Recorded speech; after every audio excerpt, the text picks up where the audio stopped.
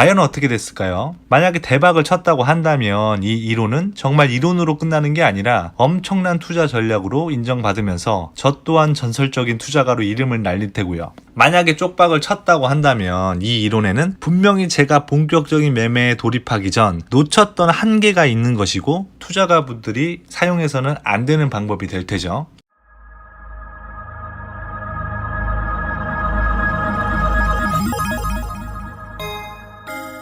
안녕하세요, 소설가 DC입니다. 주식을 하거나 토토를 하거나 카지노를 가거나 무조건 돈을 따는 방법이 존재한다며 믿으시겠습니까? 말도 안 되는 소리 같다고요? 그럼 이제 한번 썰을 풀어보도록 하겠습니다. 이해를 위해 예를 좀 들어볼게요. 저랑 어떤 사람이 돈을 걸고 가위바위보를 하기로 한 거예요. 판돈은 지는 사람이 변경할 수 있고 게임 지속 여부는 본인이 결정할 수 있다고 가정해봅시다. 방금 제가 조건으로 가정한 게 가장 핵심 키포인트니까 잘 기억해 주시기 바랍니다. 첫 판은 판돈을 10,000원을 하기로 하여 가위바위보를 했는데 제가 졌어요. 이걸 설명드리면서 확률도 좀 같이 말씀을 드려볼게요. 비기면 다시 가위바위보를 바로 진행할 것이기 때문에 경우의 수에 포함하지 않는다면 내가 가위바위보로 이길 확률, 질 확률은 각각 50% 확률이겠죠. 저는 첫 판을 50% 확률로 진 거예요. 제가 졌으니 판돈을 바꿀 수 있는 권한은 저에게 있는 거죠. 저는 이제 판돈을 얼마로 하냐? 판돈을 20,000원으로 올립니다. 그리고 두 번째 판 시작하여 가위바위보를 또 했는데 또 졌습니다. 정말 지질이 가위바위보를 못하네요. 어쨌거나 이제 첫 번째 판에서 지고 두 번째 판에서 진 상황인 거죠. 저는 그렇게 10,000원 플러스 20,000원 총 30,000원을 잃게 됩니다. 잠깐 여기서 두 번째 판에서 질 확률은 얼마이고 세 번째 판에서 이길 확률은 어떻게 될까요? 얼핏 생각해서는 질 확률은 50%이고 첫 번째 판, 두 번째 판 연달아 하니 50% 곱하기 50%라고 생각해서 질 확률은 25%고 반대 사건인 이기는 확률은 75%라고 생각할 수 있습니다. 그리고 두 번째 판에서 졌다면 바로 이어지는 세 번째 판에서는 질 확률은 앞에서 말한 대로 생각해서 50% 곱하기 50% 곱하기 50%, 즉 12.5%밖에 안 되고 이길 확률이 87.5%라고 생각하는 거죠. 쉽게 말해 다음에 더 이길 확률이 높아졌다고 생각한다는 거예요. 하지만 현실은 아니죠.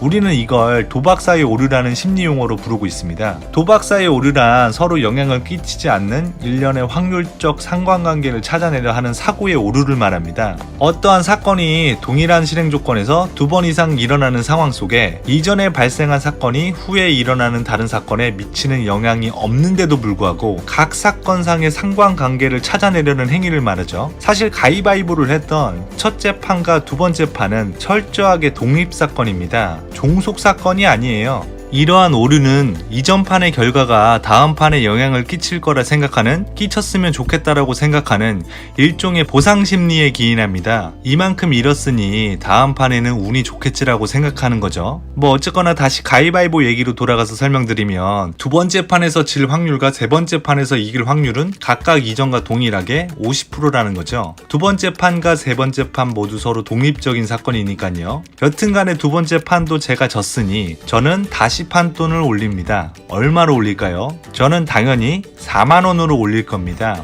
저는 50% 확률로 참 운 좋게 세 번째 판만의 첫 승리를 거둡니다. 저는 이번 판에서 40,000원을 얻었으니 첫 번째 판, 두 번째 판의 손실 총합 30,000원을 제하고도 10,000원이라는 수익을 거둔 것이죠. 그 다음에 저는 어떻게 할까요? 네 번째 판을 진행하지 않습니다. 아까 조건으로 가정했던 사항인 게임 지속 여부는 내가 결정할 수 있다고 했던 그 조건에 따라 저는 10,000원의 수익만 거두고 가위바위보를 그만하는 거죠. 사실 위의 방법을 이용하면 이론적으로 무조건 수입을 거둘 수밖에 없습니다. 매판 게임을 진다고 쳐도 판돈을 계속 2배로 걸면서 대응하는 거죠. 결국에는 매 경기마다 50% 확률, 즉 이기는 확률이 0%가 아니기 때문에 어쨌거나 한 판은 이길 거잖아요. 무조건 최종적으로 한 판 이길 때 게임을 그만둬서 수입을 챙기는 구조라는 겁니다. 어떤가요? 이 이론에 빈틈이 있어 보이신가요? 자, 이제 이 이론을 주식시장에 도입시켜 봅시다.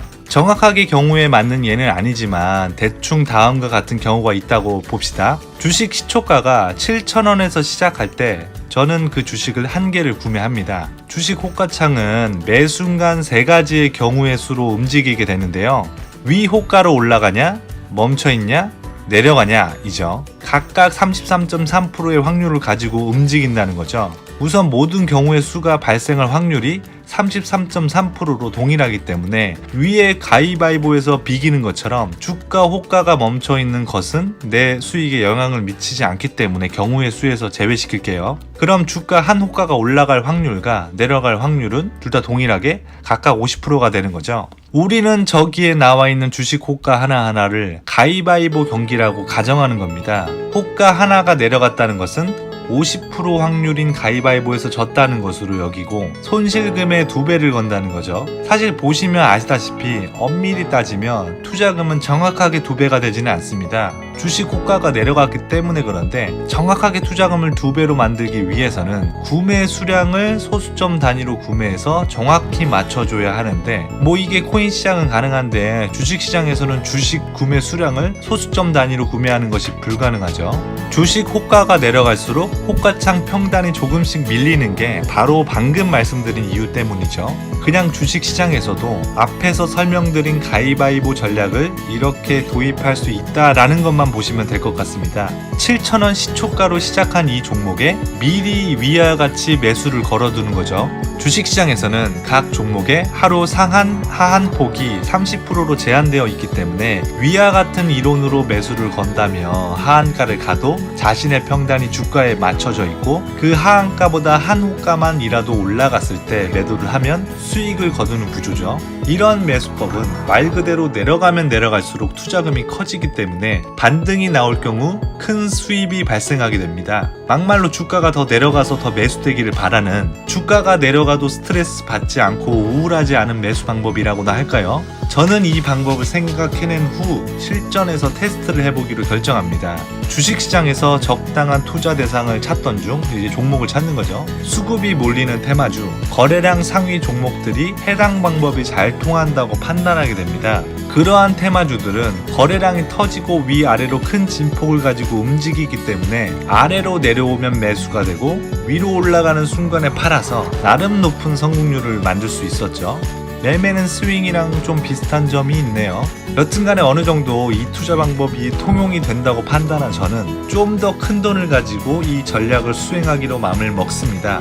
그렇게 장투 종목들을 정리하고 본격적으로 매매에 돌입하게 되는데요. 과연 어떻게 됐을까요? 만약에 대박을 쳤다고 한다면 이 이론은 정말 이론으로 끝나는 게 아니라 엄청난 투자 전략으로 인정받으면서 저 또한 전설적인 투자가로 이름을 날릴 테고요. 만약에 쪽박을 쳤다고 한다면 이 이론에는 분명히 제가 본격적인 매매에 돌입하기 전 놓쳤던 한계가 있는 것이고 투자가분들이 사용해서는 안 되는 방법이 될 테죠. 이론으로만 들었을 때는 무엇인가 굉장히 그럴싸한데 과연 실전 또한 그럴지 시간 관계상 다음 시간에 이어서 하도록 하겠습니다. 오늘은 여기까지 하겠습니다. 지금까지 영상 시청해주셔서 감사합니다. 좋아요 및 구독 버튼 한 번만 좀 클릭해 주신다면 정말 진심으로 영상을 만드는데 큰 힘이 될 것 같습니다. 다음 시간에 봬요. 감사합니다.